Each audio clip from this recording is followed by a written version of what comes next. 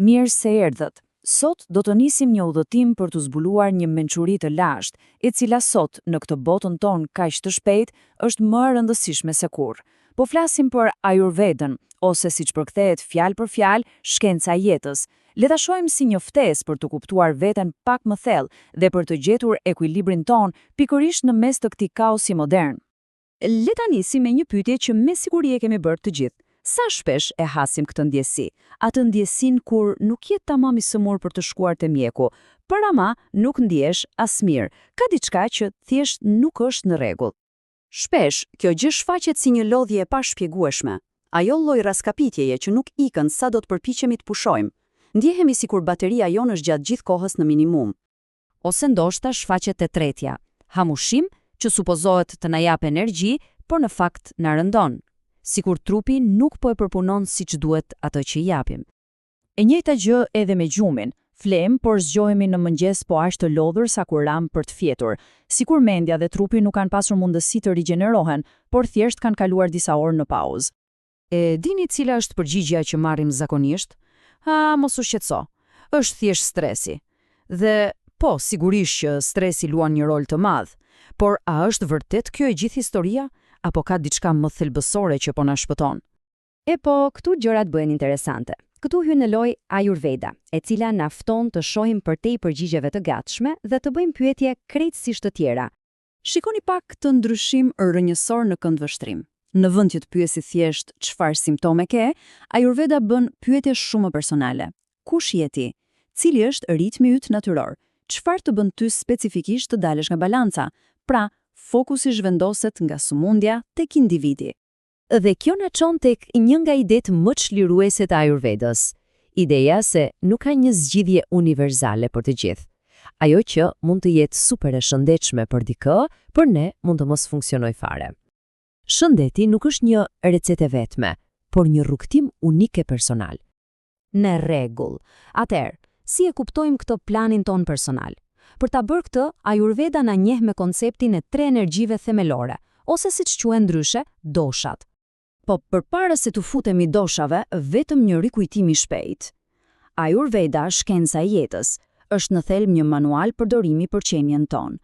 Na jep mjetet për të deshifruar se si funksionon trupi, mendja dhe energjia jonë specifike. Tani, le ti shohim këto energji. Së pari kemi vatan, energjinë e lëvizjes. Kur jemi në ekuilibër, vata na jep kreativitet, entuziazëm, por kur del jashtë kontrollit, shfaqet si ankth, pagjumësi, mendje e shpërndar. Pastaj kemi pitan, zjarrin e brendshëm, transformimin.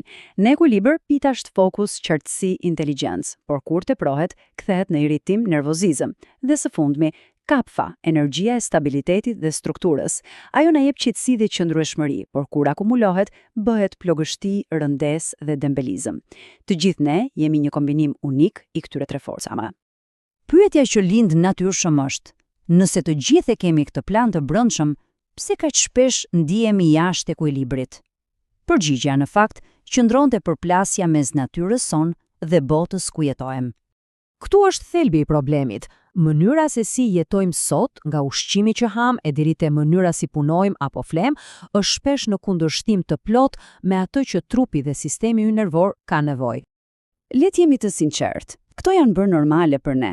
Zgjohemi dhe gjëja e parë që shohim është ekrani i telefonit. Ham në këmbë para kompjuterit. Qëndrojmë ulur me orë të tëra, flem vonë dhe jemi të rrethuar nga një zhurmë dhe një sasi stimulimesh që nuk ndalet kurrë. Duke pasur parasysh gjithë këtë, a është vërtet për të habitur që ndilemi të shkëputur? A është çudi që trupi ynë na dërgon vazhdimisht sinjale si diçka nuk po shkon siç duhet? Por, dhe ky është një por shumë i rëndësishëm, lajmi i mirë është se ekziston një rrugëthimi. Ayurveda nuk është thjesht një diagnozë e problemit, por na ofron një hartë praktike për të rikthyer tek vetja, për të rilidhur me atë mençuri që e kemi brenda. Dhe gjoja më e bukur është se Ayurveda nuk kërkon të komplikojmë jetën tonë edhe më shumë. Përkundrazi, na fton ta thjeshtojmë, të heqim gjërat e tepërta dhe të dëgjojmë atë inteligjencë të thjeshtë që trupi ynë e ka pasur gjithmonë. Po si duket kjo rrugë në praktik? Po, ja 4 hapat thelbësor. Hapi i parë: mëso të dëgjosh. Të kuptosh shenjat që të jep trupi përpara se të bëhen probleme të mëdha. Së dyti, krijo rutina të vogla që të japin stabilitet. Së treti, ha me vetdije, zgjidh ushqime që të ushqejnë vërtet. Dhe së katërti, gjej mënyra për të qetësuar atë zhurmën e pafundme të mendjes. Dhe për të na ndihmuar në këtë rrugë Ayurveda na jep një sër mjetesh të mrekullueshme. Gjithçka, duke filluar nga rutina jone e përditshme, ushqimi që zgjedhim, përdorimi i bimëve specifike e deri te fuqia e jashtëzakonshme e frymëmarrjes, bëhen mjetet e personalizuara për të gjetur ekuilibrin ton. Pra, po ta përmbledhim në një fjali, do ishte kjo. Ayurveda nuk na sheh si një listë problemesh që duhen rregulluar.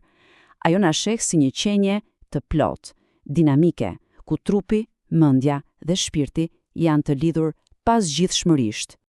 Në fund të ditës, të mësosh rreth Ayurvedës është shumë më tepër se sa të mësosh për shëndetjen, është të mësosh një mënyrë të re për të parë veten dhe botën, është një udhëtim i vërtet i vetkuptimit. Ky është edhe fillimi edhe fundi i këtij rrugtimi. Gjithçka nis nga kurioziteti për të kuptuar natyrën tonë unike, sepse vetëm duke kuptuar veten mund të lundrojmë në këtë botë me më shumë qartësi dhe vetdije. Dhe ndoshta ky është mesazhi më i thellë i Ayurvedës. Një ftesë për të ulur pak volumin e zhurmës së jashtme dhe për të dëgjuar atë zërin e qetë, atë inteligjencë të brendshme që gjithmonë e ka ditur rrugën për në shtëpi.